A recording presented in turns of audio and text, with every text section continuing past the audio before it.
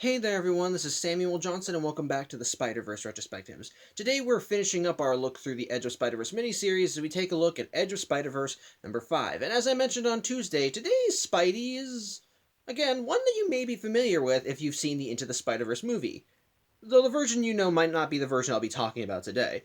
Put simply, today we're going to be talking about Penny Parker, aka Spider. Now, if you remember the Into the Spider-Verse movie, you remember that Penny Parker is essentially the Japanese anime Genki girl Spidey. That she's a young girl, she pilots a robot, fights crime, and basically fits into all those standard Japanese mecha anime tropes. Well, the thing is, while Penny Parker was based off an existing Spidey from the comics, well, the version of the comics was a little different than the one in the movie. It still operated on the same basic premise, but they did change some things for the movie. Case in point, well, if we want to talk about those, we should probably talk about the story first. So, anyway, yeah, plot summary. So, for issue 5, issue 5 actually opens with, well, the death of the last guy.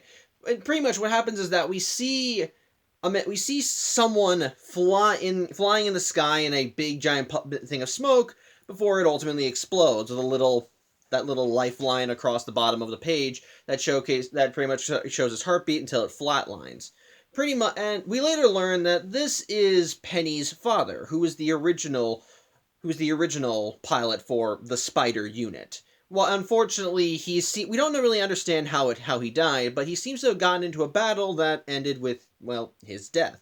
However, his co-pilot, a spider, which technically is the actual pilot, which technically is the one that operates most of the spider armor, it's still intact. So thankfully, they can get a new pilot. But the thing is, as they state in the book, it's a matter of genetics. Excuse me one sec.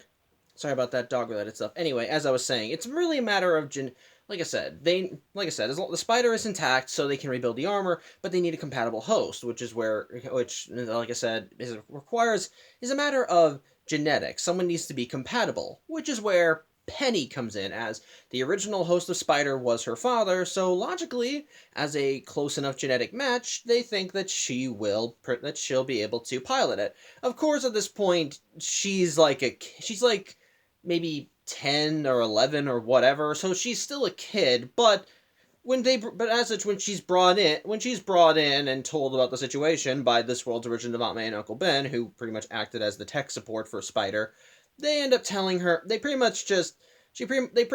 to like ease her into it, but she knows right away, look, I know my dad's dead, and you want me to be the next host for Spider, which, yeah, it's really like matter of fact with her. She already knows what they want, and she's just like, and for her it's just like, no big deal. Which, I'll get into that with her character after I finish the plot summary, but put simply, yeah, they state that they want her to be a compatible host, but in order for her to be compatible, the actual Spider, well, it needs to accept her. She has to form a link with it.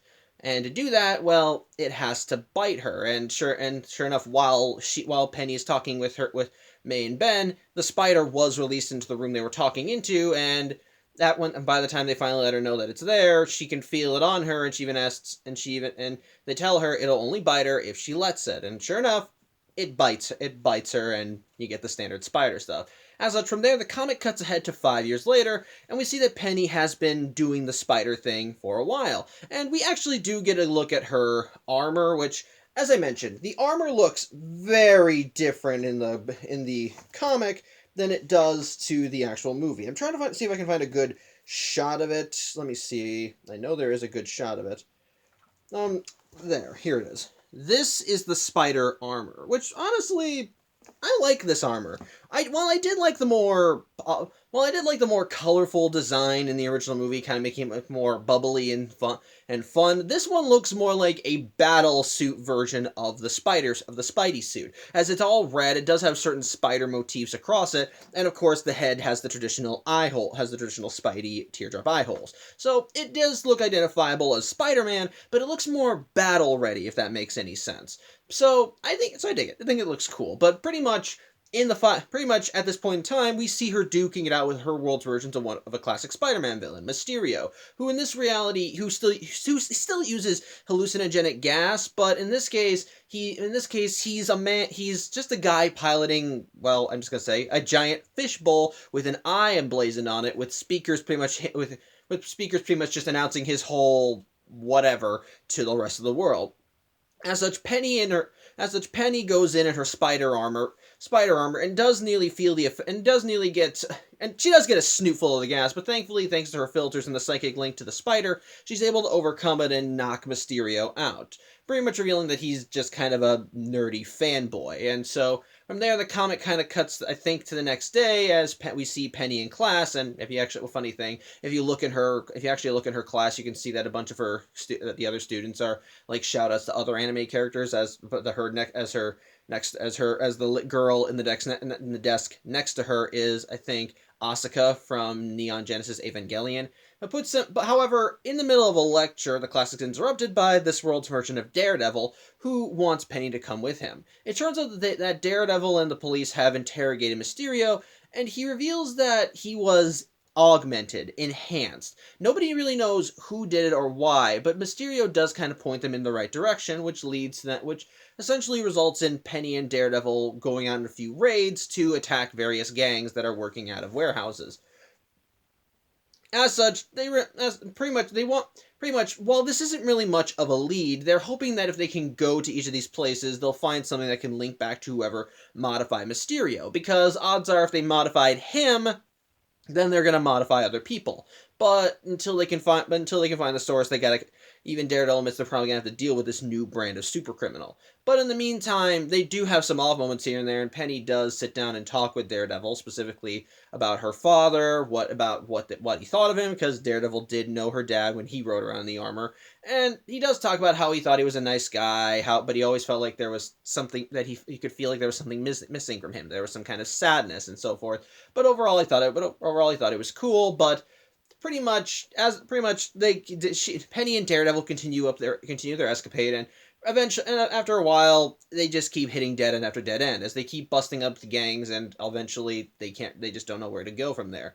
But in the meantime, after one of these gang busts, she and Daredevil part ways, with Daredevil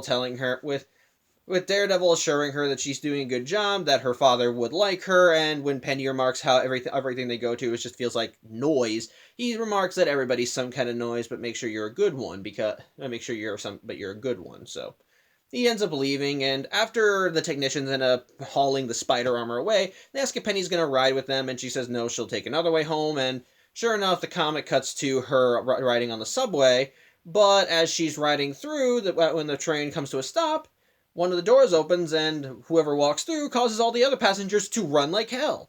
And it turns out that other passenger is Spider-Ham. Now again, you probably know who this character is in the movie, but on the off chance you don't, he's an anthropomorphic cartoon pig who is his world's Spider-Man. And his backstory is that he was a spider who was bitten by a radioactive pig. And the end result is that he was transformed into the Spider-Ham we know. His secret identity isn't in Peter Porker. Yes, it is stupid and insane, but that's why I love it. However, he's not alone, as coming alongside him is another Spidey, who we later will learn in the story is called Old Man Spider. I'm just revealing it now because I need something to call him. And what I do like is that he's wearing the Last Stand Spidey suit. If you don't know what the Last Stand suit is, it's essentially it's from a storyline where Peter was able to briefly peek into a possible future where he killed Kraven and was wanted by the law. But honestly, it's a pretty good suit. I like it. It's cool. It's one of the alternate suits in the PS4 Spider-Man game, and I love swinging around in it. But pretty much, the instant both of these Spideys show up, Penny wants to know, of course, what the hell is going on. And so Ham and Old Man Spider do end up giving him the lowdown that the various Spideys in the multiverse are being hunted and killed, and they're here to get her because if she sticks around here, then whoever is hunting them is going to come wreck the place and try to kill her. And while that does lead to kind of like a moment of silence between the three, Penny believes them, mostly because her spider believes them. But she tells them, but she says before she goes with the duo, she needs to go get her armor, and so they end up making a pit stop back at the lab. She gets into the armor, and they ask what the heck this is. She says this is Spider, and she makes this big badass speech about how her father was Spider before her, about how he was a soldier who died in battle, and this is her duty until eventually she'll stop functioning. And Ham thinks it's hardcore, so asks if this thing makes noise.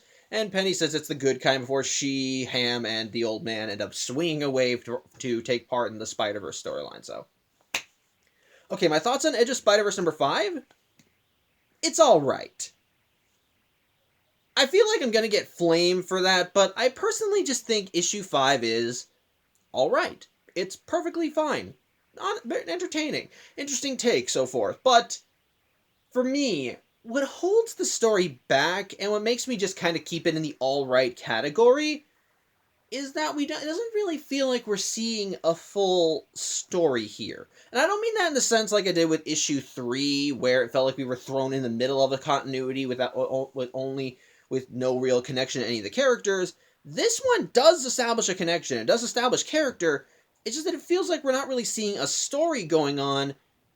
In a way, it feels like we're seeing a snippet of Penny's life, so to speak. We don't really see a big overarching plot going on. We're not seeing her duking it out with a random villain, though we do see her fight Mysterio. There's no big bad in her story, though they do imply there's someone higher up on the food chain, but they never encounter him or find any leads. But in the end of the day, this feels just the comic just feels like we're just seeing a day in the life. Now, I know I say a day in the life, even though I say in the story apparently weeks do pass as Penny and Daredevil keep busting up gangs, but essentially it feels like we're just seeing a snippet of Penny's life. We're not really given we're not really given a story. There's no real inciting incident in the story beyond Penny finding Mysterio, and like I said, that doesn't really feel like an inciting incident. It feels more like Penny duking it out with just one of her villains. We see her fight him, beat him up, he gets taken away, but then from that to fight, there comes further developments as we learn that there's more stuff going on in the background. And the thing is, that all of that doesn't really, but even with the revelation that Mysterio was augmented in some regard, it doesn't really feel like a big revelation. It's just Daredevil telling Penny, "Oh yeah, by the way, someone changed him. We're gonna try and take to the streets to see if we can find out who." And that's really it. It just feels like we're seeing a day in the life of this world's version of Spider-Man. We're seeing Penny as she goes through the rounds, essentially doing her regular shtick. We see what she has to deal with when she's out there fighting crime. We see how she operates, who her supporting cast is, and we see just what her deal is as the Spidey of her world. And like I said, she pilots a mech suit with a spider that she has a psychic link to. That is awesome. There is no way I'm not going to call that awesome. It is awesome. Even in the context of the story, it's friggin' awesome. I showed you the spider armor. It's awesome. It's essentially a battle suit version of the Spider-Man costume. You cannot tell me that is not badass. And the comic does showcase how cool it can be. The problem for me is just that it doesn't feel like we're not really seeing an overarching story. It just feels like we're seeing a peek into her daily life, which is not bad by any means, because part of the whole gimmick of the Edge of Spider-Verse book is just that we're peeking into these different realities and continuities and seeing how these Spideys are, and seeing the lives of these various Spideys before they get pulled into the Spider-Verse event, either by being recruited into an army or getting hunted by an inheritor, or in the case of Noir, both. But essentially, but again, there's no real story to issue 5. It's just Penny doing her normal shtick, fighting bad guys, going up against criminals, trying to find information for a potential bigger bad, and just kind of moving on. We see her in school. We see her working alongside heroes. We see her chatting it up with her Aunt May when she's out on the job. It's just Penny doing her thing, and that's really all the comic is. And that's not bad. It's just that it doesn't feel complete, if that makes any sense. It feels like, again, there's no real story to pull you in. It's just a series of events that you see, and there's no real resolution. And again, and it's not to feel, and again, the story doesn't feel like it needs a resolution. It's just, like I said, a day in the life, and there's nothing wrong with that. But at the same time, it does feel a little lesser, especially since all the other stories, which yes does include issue 3, did have a story going on that the characters were dealing with. They were having things going on. Spider-Man Noir was dealing with Mysterio and his attempts to get his powers. We had Gwen and we had Gwen as she wound up having to save her father from a hitman that was sent to target him. With Aaron, we saw him trying to deal with Namora and her kidnapping people, and even in issue 4 with Patton Parnell, the story was about him being gradually transformed into this monster as he was just getting more and more gruesome. That was, like I said, that was a horror story. But again, issue 5 just feels like a day in the life, which, yeah, it's not bad, just it doesn't feel like a story. But that being said, this is not a bad book by any means. It's still a good one. Like I said, it's an all right comic. It's an all right comic, and the things that help make it keep it strong is, for one thing, the premise. The premise is essentially if they converted the Spider-Man story into a mech anime, something like like Neon Genesis Evangelion, but on a smaller scale. As we see, and in a way, it honestly is badass. When you see Penny swinging around in the spider armor, it really does look awesome. It really does look like she's a force to be reckoned with. Like she is this tough, badass bitch who is just laser focused on what to do next. When you see her going alongside the Daredevil of this universe, it looks really cool. Which, let me see if I can find a thing with Daredevil in it, because I should really just have these bookmarked, shouldn't I? But yeah, like that's Daredevil. Just like that's Daredevil. I do like his costume too. It fits the standard Daredevil theme while still having a few nifty additions. But what also makes it better, aside from the initial concept and how they showcase how it works, Penny herself is actually a very interesting character. Now again, going back to Into the Spider-Verse, you probably know that in that movie, Penny was like a Genki anime girl, excitable, fun, very fun, just ready to go, just ready for action, and just kind of fitting into all those standard action anime tropes. But the Penny Parker in the book is a little bit more reserved, quiet. Not like the point where I would call her a tsundere or anything, but it's clear that she kind of is a little more reserved. Case in point, well, when she's brought to work, when she and Daredevil are working side by side, she's just kind of all nonchalant about the whole thing. This is just like her regular everyday shtick, but even she kind of gets frustrated when she and Daredevil are not making any progress on everything.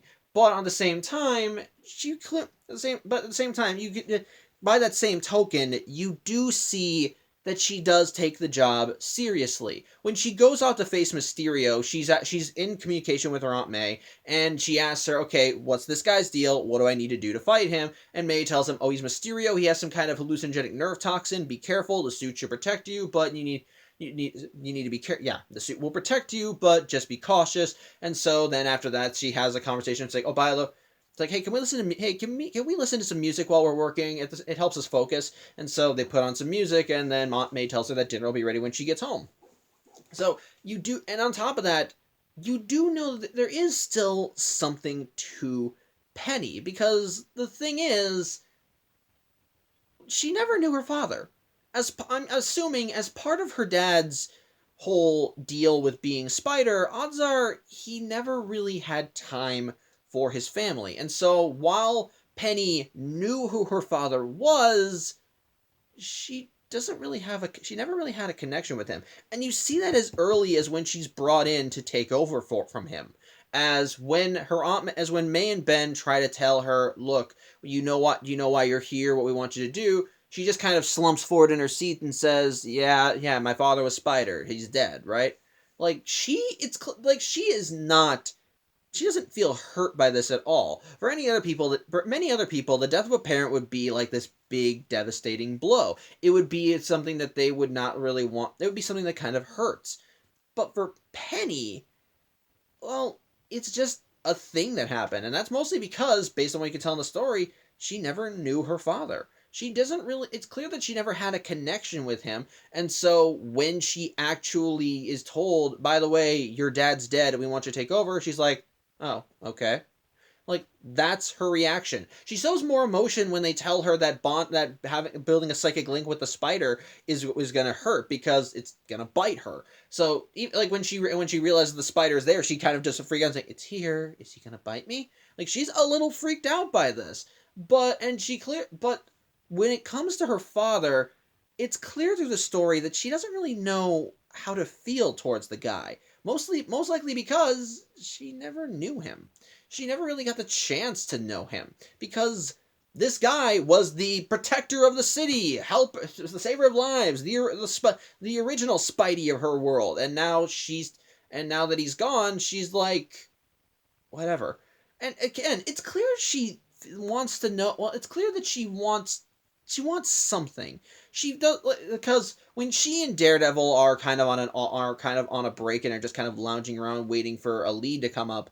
She does, like I said, she asks Daredevil about her father, and because she wants something. Yeah, she's piloting his robot, but she that's only so much. She never knew the guy. She doesn't have a connection. She never had a connection with him. And so when she's interacting with this person that did know her father, she's asking questions like, what kind of a man was he? What kind of a man was he? Do you think he would have liked me? And so forth. And so it's just her trying to get an idea of the man that she never knew. Someone that should hold so much importance to her, but at the end of the day didn't.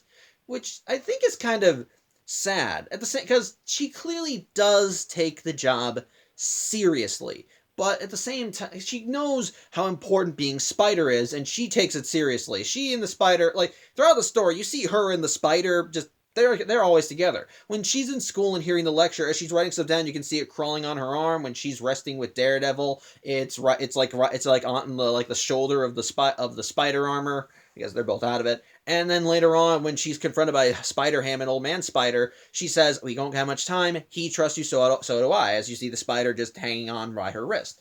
So it's clear that they're always together. They're just tied at the hip, so to speak. So I do kind of like that. So just kind of think with me, if you will. Well, so just imagine knowing that you're partnered with this thing that your parent used, that you're riding around in this armor he piloted, doing his job, but to you, he was just a random guy. So seeing kind of how Penny deals with that and just kind of how she goes through her day, it's interesting. Again, she's not like super excitable or happy like the version you see in the movie, but she is down to earth, pretty interesting, and I think that there is enough character there that you can build on stuff later. So I dig it. I think it's cool. On top of that, I think the artwork is nice, and you saw the artwork. It's a nice little mix. It's a nice little anime style that kind of feels like it belongs in, again, a mecha anime like Evangelion. So I dig it. And again, like I said, the premise is awesome. It's a very damn good premise, and I think and basically from this little peek, it does feel like that they're building the foundation for this universe. Like, if they want to go back to this universe at any point, which, spoilers, they do, they have a solid foundation for where they want to go. They've set up the world, they set up the character, they set up a situation. Now all you need to do is tell stories. But which, again, like I said, that's ultimately the comic's biggest drawback. That it doesn't feel like I'm watching a story. It doesn't feel like Penny goes through a journey. It's just her doing a thing. It's just her going through her day-to-day life and just fighting bad guys, interacting with people, and so on. Which, again, is what I think holds the book back mostly, but what saves it is the characters, which I think are well fleshed out and actually well defined. They have an interesting premise with an interesting world. I love the art style, love the action. Overall, I think Edge of Spider-Verse #5 is just an alright comic, and it gets that route because, again, story is lacking, but in every other department, I think it works and is overall just an interesting idea. So, there you go.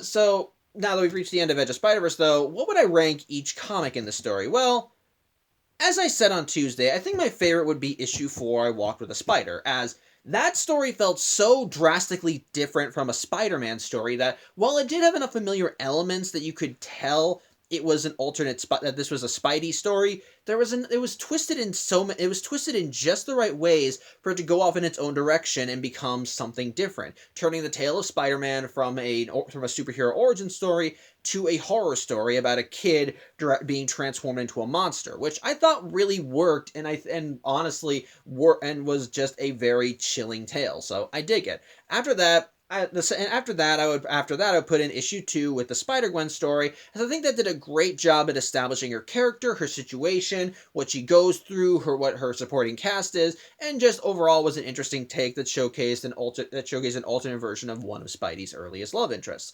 After that, I'd go with issue 1 with Spider-Man Noir, as that felt like a nice little continuation of his own miniseries, while still being a good story overall as he goes to fight Mysterio.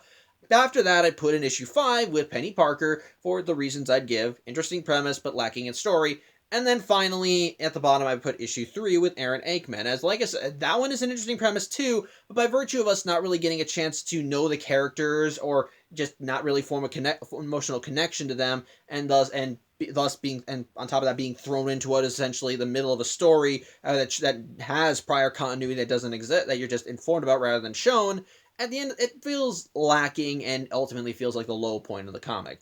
So that's really just kind of how it goes. But even then, I wouldn't say that each issue is awful. Regardless of which issue of this miniseries you read, there is something about each world that's interesting, and all of them are unique in that they're all just very different and unique takes on the tale of Spider-Man. They keep enough of the elements together that you can recognize each story, but each one goes in its own unique direction with it and tells a unique tale, taking the elements that you're familiar with and changing them just enough to fit into a different element and make them something else, which honestly is what I always love with alternate universe stories. And Edge of Spider-Verse, I think, does a great job at that, showcasing us little peeks and snippets of these alternate universe Spider-Men, how they operate, what they do, and so on, before they're ultimately pulled into the grander design with Spider-Verse. So I do think it really works. I do think that overall, while the variety of the books vary, or the quality of the books varies, I wouldn't say that any of these I wouldn't say that any of these books are a waste of your time.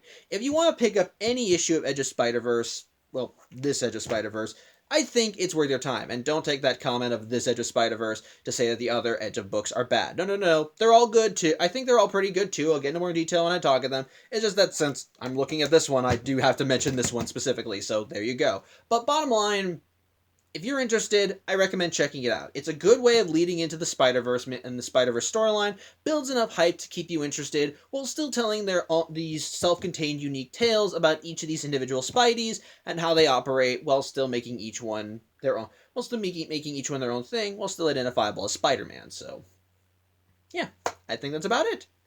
I hope you enjoy my look at the Edge of Spider-Verse miniseries. I hope you enjoy my look at this issue, and on Saturday, next time we go back into the Spider-Verse, we're finally going to be going into the actual Spider-Verse trade. But however, before we actually get to the actual Spider-Verse storyline, there's still some lead-in material we got to look at. And as such, before we get to the actual, on Saturday, we are going to be looking at the Spider-Verse trade. Before we get to the main story, we're going to be seeing how various other Spider-Men are brought into the fold. As for on Saturday, we're going to be peeking back into the world of 1602 as we see that world's Spider-Man get pulled into the fray. Sort of. I'll get to that when I get to that. But till then, I hope you have a good day. I'm Samuel Johnson, and I'll see you on Saturday. Take care.